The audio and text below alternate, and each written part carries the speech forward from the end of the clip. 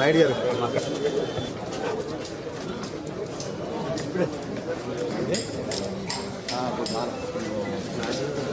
వసంతరావు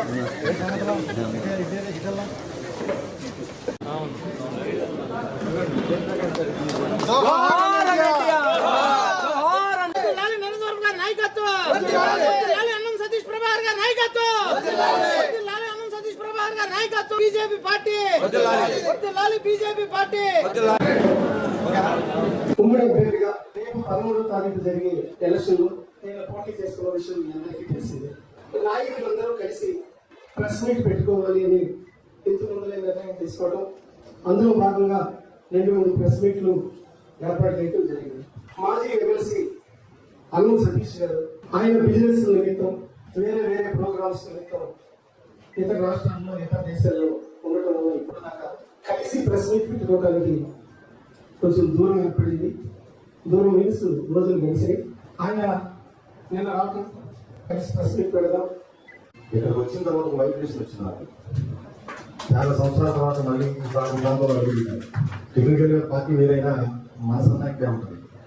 వచ్చేటప్పుడు పోయేటప్పుడు చూస్తూ ఉంటాయి. చాలా సంవత్సరాలు పనిచేసేటువంటి రాజకీయ పార్టీ కాబట్టి ఆ అభిమానం ఇది ఇప్పుడు అది అలాగే ఉంటుంది. ఆ పార్టీలో ఉండే నాయకులతో కూడా ఇప్పుడు అదే సంబంధాలు ఉన్నాయి.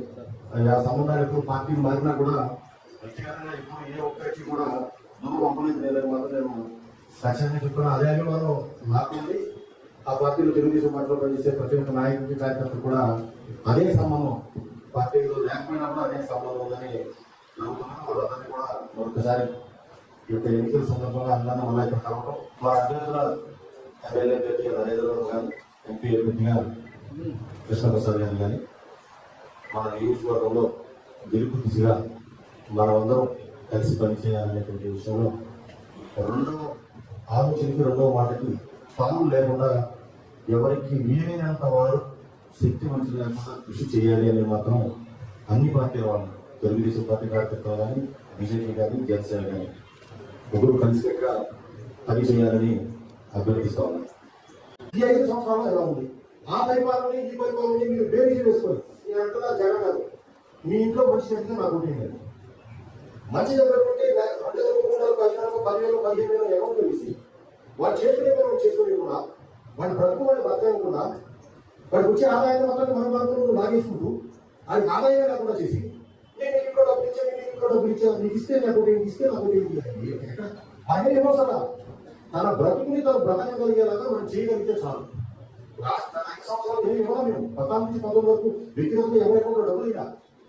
కానీ జనం ఏమంటారంటే ఒక్కసారి అతను చూద్దాం, అతను ఏదో అద్భుతాలు చేస్తాడు, ఆ అద్భుతాల వల్ల మన మన జీవితాలు మారిపోతాయి అంటున్నారు. ఖచ్చితంగా మారి మన కష్టాలు ఉన్నాయి.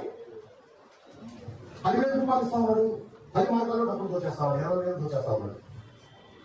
రైతులు పడే బాధ అంతా ఇంతగా 2024 తర్వాత మరలా వచ్చేది ఎన్డీఏ ప్రభుత్వం ఆంధ్ర రాష్ట్రంలో ఖచ్చితంగా తెలుగుదేశం పార్టీ అభ్యర్థిగా నరేంద్రబాబు ఎమ్మెల్యేగా గెలవడం ఖాయం. దానికి మనం అందరూ కూడా బాధ్యత ఇచ్చాం.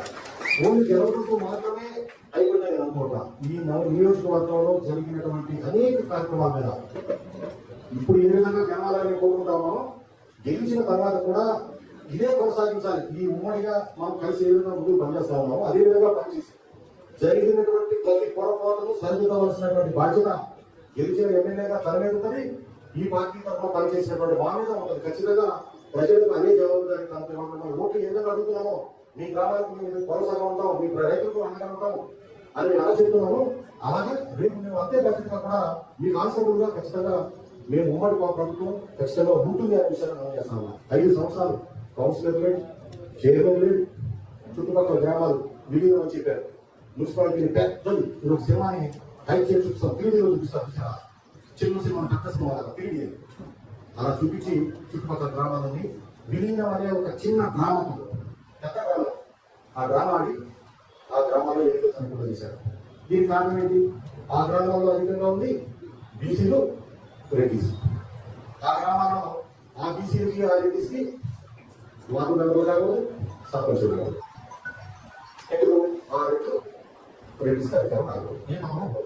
ఆ గ్రామాలన్నీ కూడా స్పెషల్ ఆఫీసర్లు పెట్టి మా మేనేజ్ చేయాలి. ఇక మున్సిపాలిటీ 34 వార్డులు కౌన్సిలర్ లేడు, చైర్మన్ లేడు, స్పెషల్ ఆఫీసర్ ఉంటాడు ఒకడే వాడు మావాడే 15 వచ్చేసి. అంటే మీ ఇష్టానుసారం ఒక ఎమ్మెల్యే అంటే నియోజకవర్గానికి ఎమ్మెల్యే అంటే మీ పదవి వీళ్ళందరికీ డిస్ట్రిబ్యూట్ చేసి మీ అధికారాన్ని వీళ్ళందరికీ ఇచ్చి వాళ్ళందరి చేయాలని పనిచేపిస్తే వాళ్ళందరూ చేసేటువంటి మంచి ద్వారా నువ్వు మంచి పేరు సంపాదించుకోవడానికి ప్రయత్నం చేయాలి. కానీ రెండో చిన్న పదవుల వ్యక్తి కూడా మీ దరిదాపుల్లో ఉండకూడదు అనేటువంటి ఒక నియత్వంతో ధోరణి ఏదైతే ఉందో దీన్ని బాధపడ్డ ప్రజలందరూ కూడా అర్థం చేసుకోవాలి. ఎందుకు ఎన్నికలు జరగలేదు? ప్రజాస్వామ్యంలో స్థానిక సంస్థలు చాలా కీలకం. రేపు మళ్ళా తెలుగుదేశం ప్రభుత్వం, ఎన్డీఏ, బీజేపీ, జనసేన ప్రభుత్వం వచ్చిన ఈ చుట్టుపక్కల ఉన్నటువంటి గ్రామాలన్నింటినీ విలీనం చేయబడినటువంటి అన్ని గ్రామాలే తీసుకెళ్లి పాత యథాస్థితిలో ఉన్నటువంటి 34 వార్డుల మున్సిపాలిటీని కొనసాగించేలాగా నిర్ణయం తీసుకుంటూ ఆ 34 వార్డులకి పాయింట్షిప్పింగ్ కానీ, త్రాగునీరు కానీ, ఏ ఇతర అవసరాలు ఉన్నాయి, రోడ్లు డెవలప్ చేయడం, ఇంటర్నల్ రోడ్లు డెవలప్ చేయడం కానీ, కాలువలు డెవలప్ చేయడం కానీ, ఇటువంటి సౌకర్యాలు ఎటువంటి సౌకర్యాలు ఇస్తాం. మేము ఏదో పెద్దగా చేసేస్తాం, ఈ మున్సిపాలిటీని పెంచేస్తాం. దానివల్ల ఏంటి ప్రయోజనం? ఉన్న మున్సిపాలిటీ సౌకర్యాలు నువ్వు పక్క గ్రామాల్లో కలిపి అక్కడ గ్రామాల్లో పని జరిగా ఇక్కడ జరిగా 3 రోజులకు ఒకసారి మంచిగా ఇచ్చే దుర్భాగ్య పరిస్థితి తీసుకొచ్చారు. ఇవాళ వీళ్ళు కొనుక్కుంటారు. ఎందుకు వచ్చింది? ఇది కేవలం ఒక అనాలోచితమైనటువంటి నిర్ణయం తీసుకోవడం వల్ల వచ్చింది. దానిని సరిదిద్దే ప్రయత్నం చేస్తాం. మున్సిపాలిటీకి 34 మంది వెంటనే ఈ ప్రభుత్వం వచ్చినటువంటి 3 నెలల లోపల మేము ఇచ్చినటువంటి పాత ప్రభుత్వం ఇచ్చినటువంటి నోటిఫికేషన్ రద్దుపరిచి కోర్టులో ఉన్నటువంటి కేసును విత్డ్రా చేసుకొని యథాతథ మున్సిపాలిటీని కొనసాగించి ఎన్నికలు జరిపిస్తాం. అందులో ఎటువంటి దానికి కావాలి.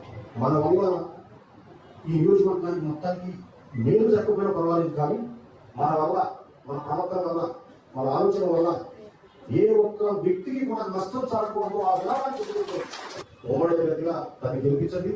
బహుమతిగా నరేంద్ర కోసం అడుగుతున్నాడని ఆలోచించేయమని కోరుతా ఉన్నా. మీ సమస్యల పరిష్కారానికి, మీ ఆత్మగౌరవానికి, నిజాయితీ నిబద్ధతగా ప్రభుత్వానికి నాది కూడా హామీ అని మరొకసారి మీ అందరికీ తెలియపడుతూ కష్టపడతాం, ఉమ్మడిగా ప్రయత్నం చేద్దాం, ఉమ్మడిగా గెలిపిద్దాం, దాని ఫలాన్ని ఉమ్మడిగా అనుభవిద్దాం, అందరం కలిసి అనుభవిద్దాం. ఎమ్మెల్యే కాలేజీలో బాధపడాల్సిన కదా పని అవసరం. ఒకసారి ఇచ్చినా 2 సార్లు తీసినా ఎక్కువ లేదా ఒకసారి ఎక్సర్వల్సీదే. ఆల్రెడీ నేను ఎక్సర్వల్సీగా ఉన్నా. ఒకసారి చట్టసభలో జరిగిన అధ్యక్షాలు చాలు. ఇంకా మళ్ళా నేను అన్నా అనుకున్నా నాకు వచ్చేది లేదు, పెద్దగా పోయేది కూడా లేదు. కాబట్టి నరేంద్ర వర్మ, కృష్ణ ప్రసాద్ గారి గెలుపుని మనందరం కూడా కలిసి పనిచేయాలి. పనిచేద్దామని మీ అందరికీ తెలియజేస్తూ సెలవు తీసుకుంటాము.